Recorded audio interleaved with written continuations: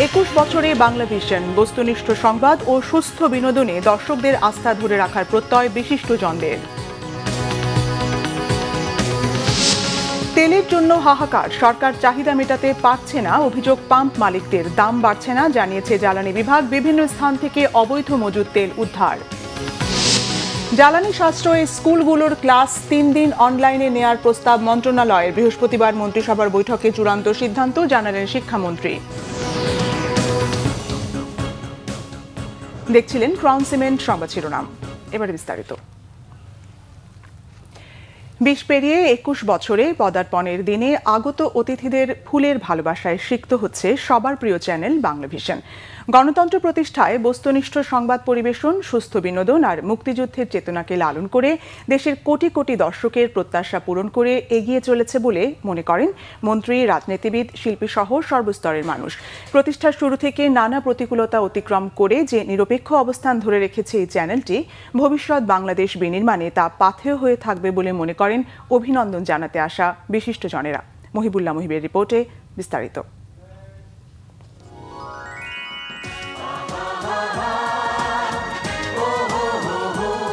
একুশ বছর বয়স মানে তারুণ্যের স্পৃহা, অসীম সাহসিকতা, নতুন স্বপ্ন গড়ার এবং দুঃসহ স্পর্ধায় মাথা তোলবার সময়। উদ্দীপনাময় 21 বছর নিয়ে প্রমোদ বসুর চিরায়ত সেই উক্তি, এ আমার রজনীগন্ধার ঝোপ, এখানে রোদ্দুর আসে প্রতিদিন প্রথম রোদ্দুর।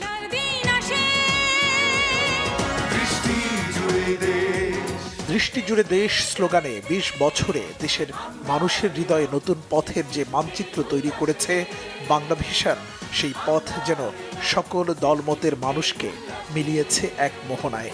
কোটি কোটি দর্শকের হৃদয় জয় করে তারুণ্যের আলো ছড়িয়ে যাচ্ছে দর্শকপ্রিয় চ্যানেলটি। রূপসী বাংলার কবি এই বয়স নিয়ে তাই লিখেছিলেন, হয়তো এসেছে চাঁদ মধ্যরাতে এক রাশ পাতার পেছনে। সত্যিকারের চাঁদ না এলেও প্রতিষ্ঠা বার্ষিকীর দিনে ভালোবাসা এসেছে ফুলে ফুলে। যে ফুলের ভালোবাসায় সিক্ত পুরো বাংলাভিশন পরিবার। বাংলাভিশনকে অভিনন্দন জানানোর এই স্রোতে কে নেই? মন্ত্রী, প্রতিমন্ত্রী, রাজনীতিবিদ, শিক্ষক, সাংবাদিক, বিজ্ঞাপনদাতা কিংবা শিল্প পরিবার, সব যেন মিলেছে এক মোহনায়। বাংলাভিশন নিঃসন্দেহে গোটা বাংলাদেশের মানুষের কাছে, বিশেষ করে বাংলাদেশি জাতীয়তাবাদে যারা বিশ্বাস করে, বাংলাদেশের স্বাধীনতায় যারা বিশ্বাস করে, বাংলাদেশের গণতন্ত্রে যারা বিশ্বাস করে, তাদের কাছে একটা অত্যন্ত প্রিয় একটি ইলেকট্রনিক চ্যানেল। আমরা আজকের এই দিনে বাংলাভিশনের কর্তৃপক্ষ, তার শিল্পী, কলাকুশলী, সংবাদ পাঠক এবং অগণিত যারা শ্রোতা এবং দেশের মানুষ সকলকে আমরা অভিনন্দন জানাচ্ছি, ধন্যবাদ জানাচ্ছি।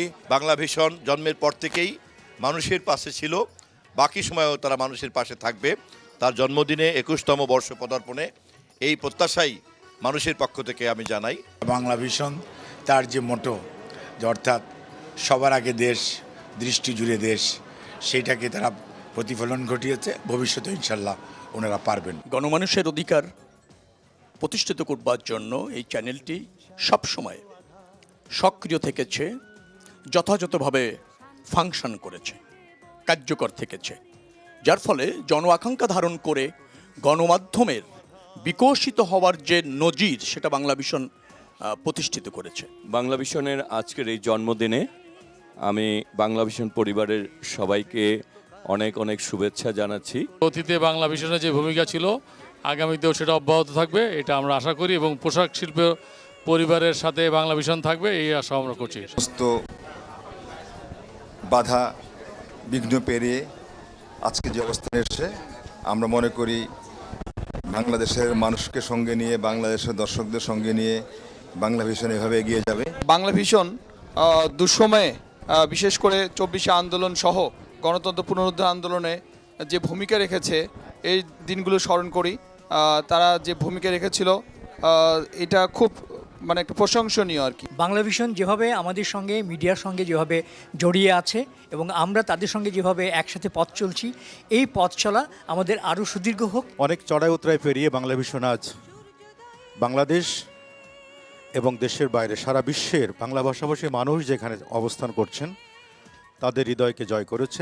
এর আগে বহুবার এসেছি বাংলা ভিশনে, প্রশ্নগুলো করা হতো খুব কাঠখোট্টা, উত্তরও আমরা সেরকমই দিতাম। কথা অনেক বলেছি, কথা বলার সুযোগ করে দিয়েছেন আপনারা, আপনাদেরকে অসংখ্য ধন্যবাদ। আজকে আমি এই প্রতিষ্ঠানের মালিক সহ সকল পরিচালনা পরিষদের যারা আছেন, কলাকুশলী, শিল্পী, সাংবাদিক বন্ধুগণ, সবাইকে আমি ধন্যবাদ জানাই এবং এই চ্যানেলের উত্তরোত্তর উন্নতি কামনা করি। ইনশাআল্লাহ বাংলা ভিশন আরো অনেক বড় হবে, অনেক উপর পর্যায়ে যাবে। 21 বছর বয়স মানে তারুণ্যের স্পৃহা, অসীম সাহসিকতা, নতুন স্বপ্ন গড়ার এবং দুঃসহ স্পর্ধায় মাথা তোলবার সময়। উদ্দীপনাময় 21 বছর নিয়ে প্রমোদ বসুর চিরায়ত সেই উক্তি, এই আমার রজনীগন্ধার ঝোপ, এখানে রোদ্দুর আসে প্রতিদিন প্রথম রোদ্দুর। এমন অকৃত্রিম ভালোবাসা যেন অতীতের সাফল্য উদযাপন এবং ভবিষ্যতের নতুন লক্ষ্যের দিকে এগিয়ে যাওয়ার অনুপ্রেরণা। মিডিয়া জগতে নতুনত্বের আবির্ভাব ঘটাবে। উই ওয়ান্ট টু সি যে এরকম মিডিয়া হাউসগুলো যদি ভাইব্রেন্ট হয়, সত্যের সন্ধান করে, তাহলে আমরা সকলেই উপকৃত হব। আমরা একটা ইনসাফের বাংলাদেশ চাই, সেই ইনসাফের বাংলাদেশ প্রতিষ্ঠায় বাংলা ভিশন অগ্রণী ভূমিকা পালন করবে তার নিউজের মাধ্যমে। বাংলা ভিশনের জন্মটার সাথে আমাদের একটা আত্মার সম্পর্ক জড়িত ছিল এবং আমি নিজে যেহেতু মিডিয়াতে কাজ করেছি, আজকে যে দিনে দিনে এই যে 20 বছর পেরিয়ে 21 বছরে চলে আসছে, এটা আসলে ভাবতে অবাক লাগছে।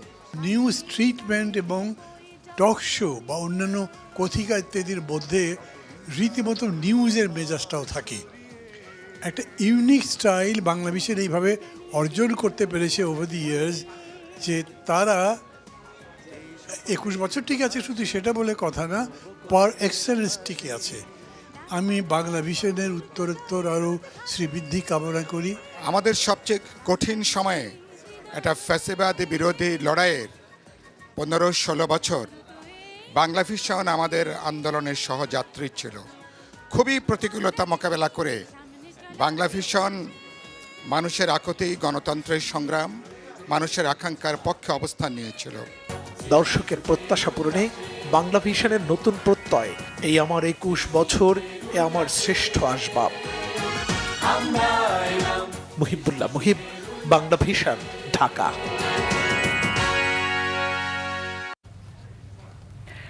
আজও তেলের পাম্পগুলোতে যানবাহনের দীর্ঘ সারি। চালকদের অভিযোগ, পাম্পে তেল না মিললেও অতিরিক্ত দামে তা মিলছে পাড়া মহল্লার দোকানগুলোতে। শৃঙ্খলা আর নিরাপত্তার অভাবে পেট্রোল পাম্পে তেল বিক্রির সময়সীমা সকাল 7টা থেকে রাত 8টা পর্যন্ত নির্ধারণ করতে চায় পেট্রোল পাম্প ওনার্স অ্যাসোসিয়েশন। মঙ্গলবার রাজধানীর মগবাজারে সংবাদ সম্মেলনে এই দাবি জানান পেট্রোল পাম্প ওনার্স অ্যাসোসিয়েশনের আহ্বায়ক সাজ্জাদুল করিম কাবুল। বলেন, বর্তমানে অস্বাভাবিক যে চাহিদা, সেই তুলনায় সরবরাহ পাচ্ছেন না তারা। অভিযোগ করেন, সরকারেরও তা পূরণ করার সক্ষমতা নেই। প্রতিদিনের মতো বিভিন্ন তেলের পাম্পে গিয়ে দেখা যায় যানবাহনের লম্বা লাইন। ভোর থেকে অপেক্ষা করছেন কেউ কেউ। আক্ষেপের সুরে চালকরা বলেন, প্রয়োজনে দাম বাড়িয়ে দিক সরকার, তবুও এমন দীর্ঘ সারি ও অপেক্ষার অবসান চান তারা। এপ্রিলে বাড়ছে না জ্বালানি তেলের দাম। বিকেলে এক প্রেস বিজ্ঞপ্তিতে বিষয়টি নিশ্চিত করেছে জ্বালানি বিভাগ। এর আগে সচিবালয়ে এক সংবাদ সম্মেলনে জ্বালানি বিভাগের যুগ্ম সচিব মনির হোসেন চৌধুরী জানান, দেশে ডিজেল নিয়ে কোনো সংকট নেই। মার্চে জ্বালানি তেল নিয়ে কোনো সমস্যা হয়নি, এপ্রিলেও কোনো সংকট হবে না।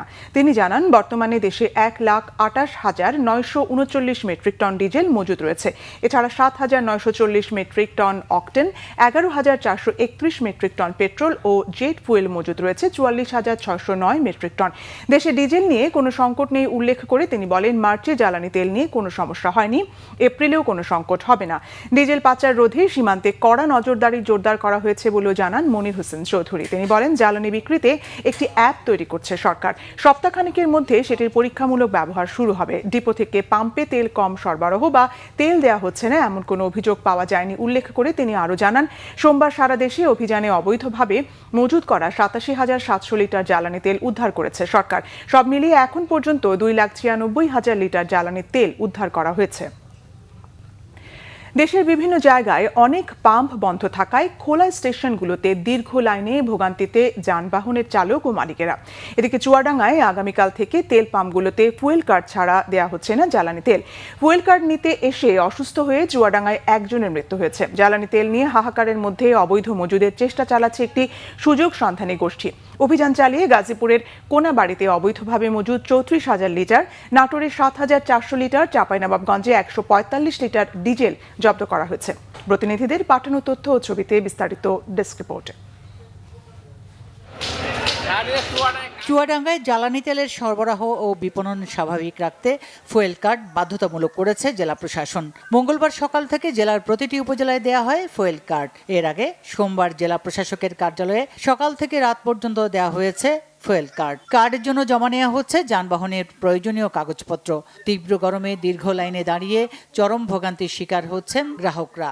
এদিকে আলমডাঙ্গা উপজেলা পরিষদ চত্বরে ফুয়েল কার্ড নিতে গিয়ে অসুস্থ হয়ে বখতিয়ার রহমান নামে এক সার ও কীটনাশক ব্যবসায়ী মারা গেছেন। ময়মনসিংহ নগরীর বিভিন্ন এলাকায় জ্বালানি সরবরাহে অস্থিরতা এখনও কাটেনি। সকাল থেকে নগরীর পুলিশ লাইন্স, টাউন হল মোড় ও বাইপাস সহ বিভিন্ন এলাকায় বেশ কয়েকটি পাম্প সাময়িকভাবে বন্ধ। খোলা পাম্পগুলোর সামনে বাস, ট্রাক, মোটরসাইকেল ও ব্যক্তিগত গাড়ির সারি। ঘন্টার পর ঘন্টা অপেক্ষা করে তেল না পেয়ে হতাশ হয়ে ফিরতে হচ্ছে অনেককে। ঠাকুরগাঁওয়ে ফুয়েল কার্ড সংগ্রহকে ঘিরে দ্বিতীয় দিনেও মানুষের ঢল। জেলা শহরের বিভিন্ন নির্ধারিত বুথে সকাল থেকেই ভিড় করে শত শত মোটরসাইকেল চালক। ফলে সৃষ্টি হয় দীর্ঘ লাইন ও চরম ভোগান্তি। শৃঙ্খলা আনতে এরই মধ্যে জেলা প্রশাসনের পক্ষ থেকে মোটরসাইকেলের জন্য ফুয়েল কার্ড বাধ্যতামূলক করা হয়েছে। এদিকে জেলার বেশ কিছু পেট্রোল পাম্পে জ্বালানি সরবরাহ সীমিত রয়েছে।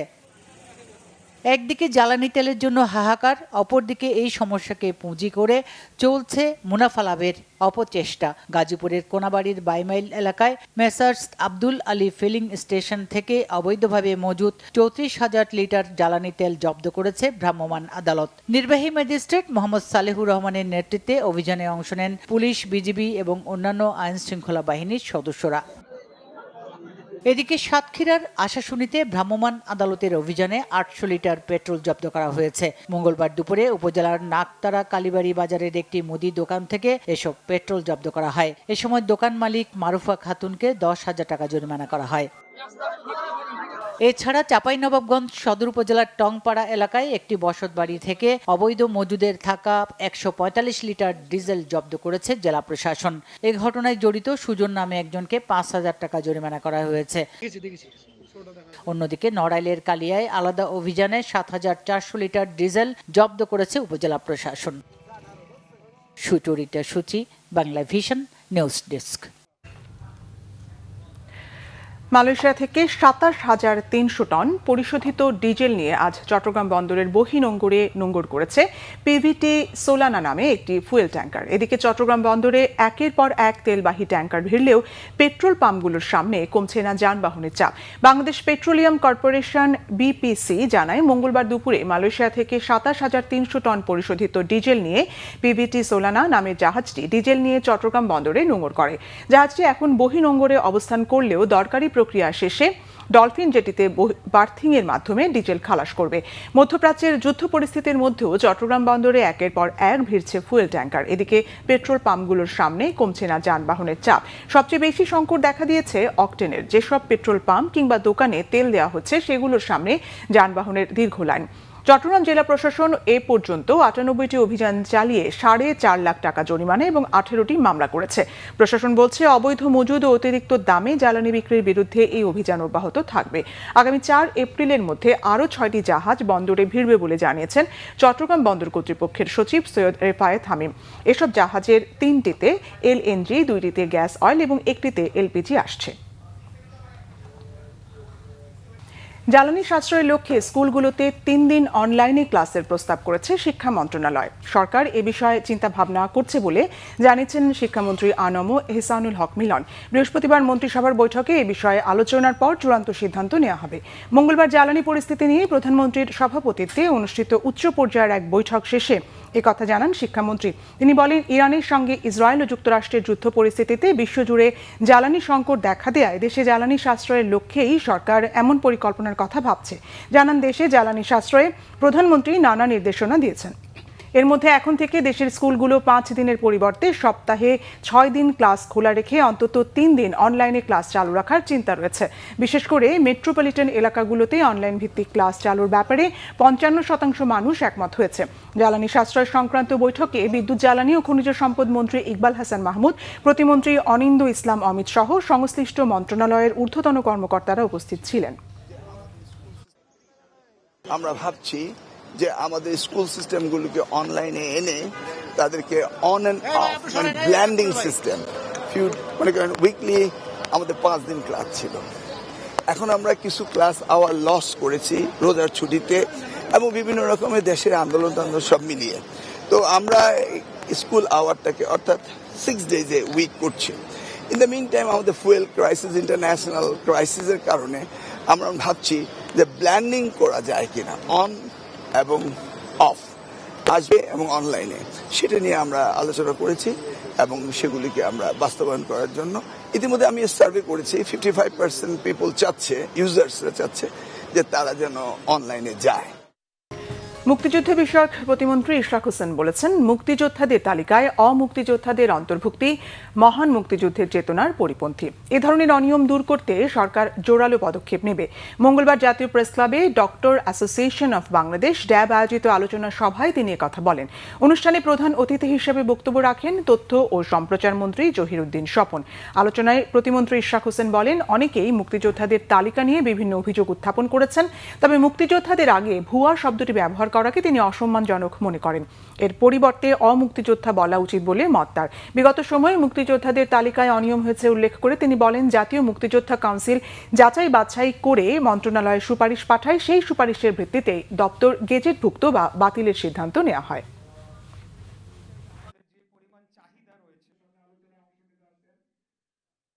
বিগত ফ্যাসিস্ট স্বৈরাচারের আমলে অনেক অমুক্তিযোদ্ধাদেরকে তালিকাভুক্ত করা হয়েছিল এবং বর্তমানের মন্ত্রণালয়ের হিসাব অনুযায়ী 1,93,000 সামথিং এই গ্যাজেটভুক্ত মুক্তিযোদ্ধা তালিকায় অন্তর্ভুক্ত করা হয়েছে।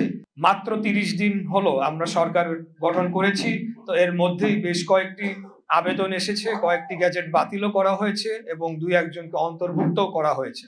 তো আমরা বলতে চাই যে আগামী দিনে অবশ্যই আমরা এই বিষয়ে জোরালো পদক্ষেপ নেব, কারণ আমরা মনে করি যে মুক্তিযুদ্ধের তালিকায় অন্তর্ভুক্ত করার মাধ্যমে মহান মুক্তিযুদ্ধকে অপমানিত করা হচ্ছে, মুক্তিযোদ্ধাদেরকে অপমানিত করা হচ্ছে। রাজধানীর বাইরে বিভিন্ন হাসপাতালে দিন দিনই বাড়ছে হাম আক্রান্ত শিশু ভর্তি। ধারণ ক্ষমতার অতিরিক্ত রোগী হওয়ায় চাপ সামলাতে বেশ হিমশিম খেতে হচ্ছে ডাক্তার, নার্স সহ স্বাস্থ্যকর্মীদের। পাবনা প্রতিনিধি আখিনুর ইসলাম রেমন ও চাঁপাইনবাবগঞ্জ প্রতিনিধি নাদিম হোসেনের তথ্য ছবিতে বিস্তারিত। হাম আক্রান্ত রোগীদের চিকিৎসা দিতে গিয়ে নাজেহাল অবস্থা পাবনা জেনারেল হাসপাতালে। হাসপাতালের শিশু ওয়ার্ড রোগীতে ঠাসা, মেঝেতেও রোগী। জ্বর, ঠান্ডা আর হাম বাড়াইছে, আরো পায়ে পায়খানা। নার্সটা ডাকিয়েও আনা যাচ্ছে না। এসব 8টার সময় ইঞ্জেকশন দেওয়ার কথা, সেই ইঞ্জেকশন 11টার সময় দিছে। পাবনায় গত 2 মাসে 33 জনের শরীরে হাম শনাক্ত হয়েছে।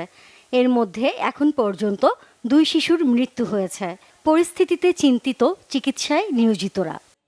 রোগীর চাপ মানে অনেক বেশি, মানে আপনি অল্প একটু বেশি হলে বা মাঝারি হলে হয়, 38 বেডে যদি 210 রোগী থাকে, এটা আসলে খুব কঠিন ব্যাপার। চাঁপাইনবাবগঞ্জেও দাপট ছোঁয়াচে ভাইরাসজনিত রোগটির। গত 3 মাসে 4 শিশুর মৃত্যু এবং 6 শতাধিক আক্রান্ত হওয়ায় চরম উদ্বেগ দেখা দিয়েছে।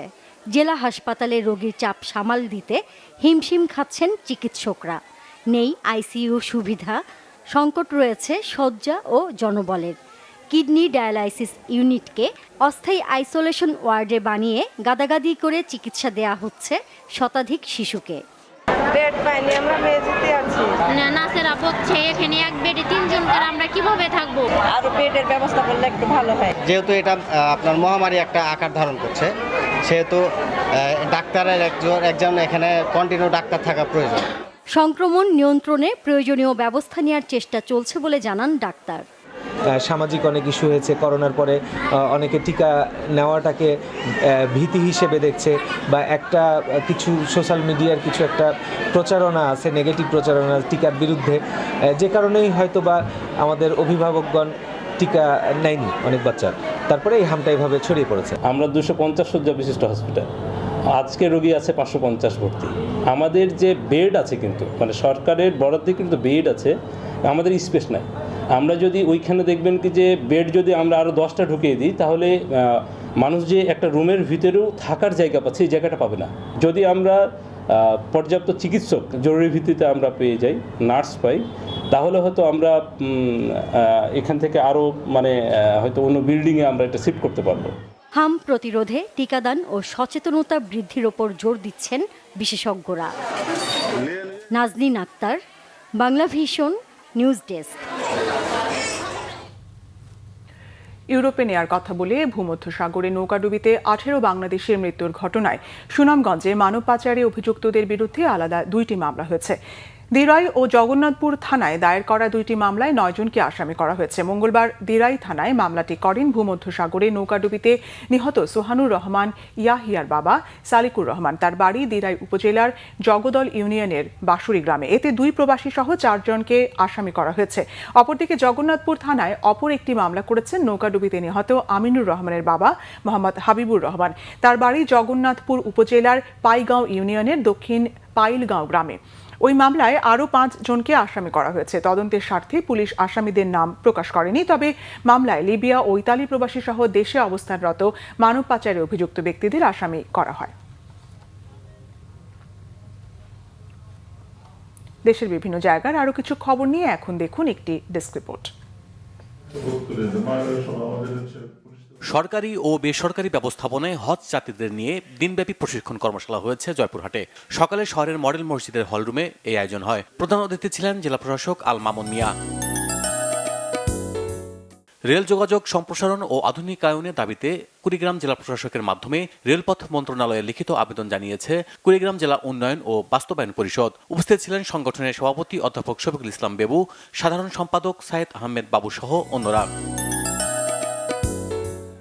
অবৈধ স্থাপনা অপসারণে উচ্ছেদ অভিযান চালানো হয়েছে জামালপুরে।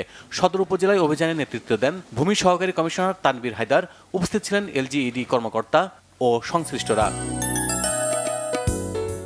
6000 সুবিধা বঞ্চিত শিশুদের জন্মদিন উদযাপন করা হয়েছে সাতক্ষীরার দেবহাটায়। সকালে উপজেলায় পারুলিয়া ফুটবল মাঠে জন্মদিন উদযাপন করে একটি বেসরকারি উন্নয়ন সংস্থা। Bangla Vision, news desk. সংবাদ শেষ করব ক্রাউন সিমেন্ট শিরোনামগুলো আরেকবার জানিয়ে।